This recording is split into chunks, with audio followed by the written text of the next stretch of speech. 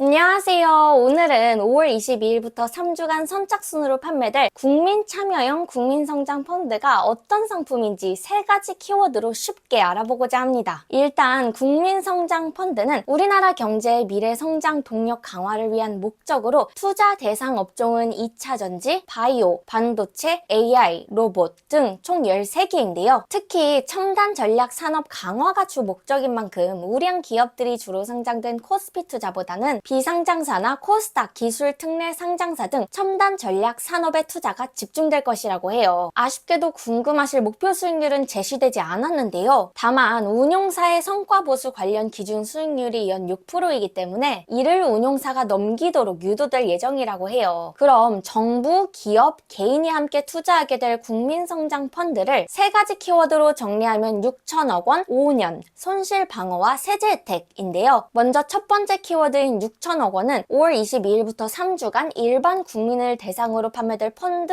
모집액인데요. 이 펀드 상품은 은행 10곳과 증권사 15곳에서 선착순으로 판매되고 만 19세 이상이거나 만 15세 이상 근로소득자면 누구나 가입이 가능하다고 해요. 또 여러 판매사에서 중복으로 개설할 수 있고 펀드 가입액 한도는 1인당 연간 1억 원, 5년간 2억 원이라고 합니다. 따라서 정부가 5년간 투자를 계획하는 150조 원 중 올해 첫 번째로 투입될 30조 원 가운데 6천억 원을 개인이 투자하게 되는 것이죠. 그럼 두 번째 키워드인 5년은 이 펀드의 단점으로도 꼽히는데요. 바로 5년간 원칙상 환매, 즉 중도 해지가 불가능한 점이라고 해요. 물론 정부는 5년간 돈이 묶이는 이 단점을 보완하기 위해서 펀드 설정 후 약 90일 이내에 거래소에 상장시켜 주식처럼 팔 수 있게 할 예정이라고 해요. 즉 거래소에 펀드가 상장되면 중도에 양도하는 것이 가능하긴 한데요. 하지만 여기에 함정이 있다고 해요. 이렇게 원칙상 환매가 불가한 5년 만기 폐쇄형 펀드는 보통 시장에서 거래량이 매우 적어 팔고 싶을 때 사려는 사람이 없어 거래가 사실상 어렵거나 기준가보다 훨씬 싼 헐값에 팔아야 할 수도 있다고 해요. 이 때문에 5년간 묵혀놓고 팔지 않는 만기 보유 전략이 유리한 것이죠. 또 3년 이내 매도할 경우에는 그동안 받았던 소득 공제 혜택도 다시 다 반납해야 한다고 해요. 즉 세제 혜택을 온전히 받기 위해서는 최소 3년을 보유할 계획을 세워야겠죠. 다음으로 세 번째 키워드는 손실 방어 및 세제 혜택인데요. 이 펀드는 원금 손실이 가능한 상품으로 원금 보장 상품은 아니지만 손실이 발생하면 정부가 최대 20%는 손실을 먼저 부담한다고 해요. 만약 손실이 20% 이내일 경우 원금이 보전되고 손실이 20% 이상이면 원금 손실이 가능할 수 있는 것이죠. 그리고 세금 혜택은 소득 공제와 배당소득 분리 과세가 동시에 적용되는데요. 투자 금액 기준 3천만 원까지는 공제율이 40%, 3천만 원부터 5천만 원까지는 20%, 5천만 원부터 7천만 원까지는 10%라고 해요. 7천만 원 초과 시에는 추가 공제 혜택은 없고 최대 1,800만 원까지 소득 공제가 가능하다고 합니다. 여기에 지방세를 포함하여 9.9%의 배당소득 분리과세 혜택도 있기 때문에 금융소득 종합과세 걱정도 덜 수 있다고 해요. 결론적으로 국민성장펀드는 무엇보다 원칙상 중도 해지가 불가한 5년 장기 투자 상품인 만큼 신중히 가입 결정을 내려야 할 것 같습니다. 오늘도 영상 봐주셔서 감사드리고 국민성장펀드를 이해하는 데 도움이 되셨다면 좋아요, 구독 부탁드립니다. 그럼 빠이빠이!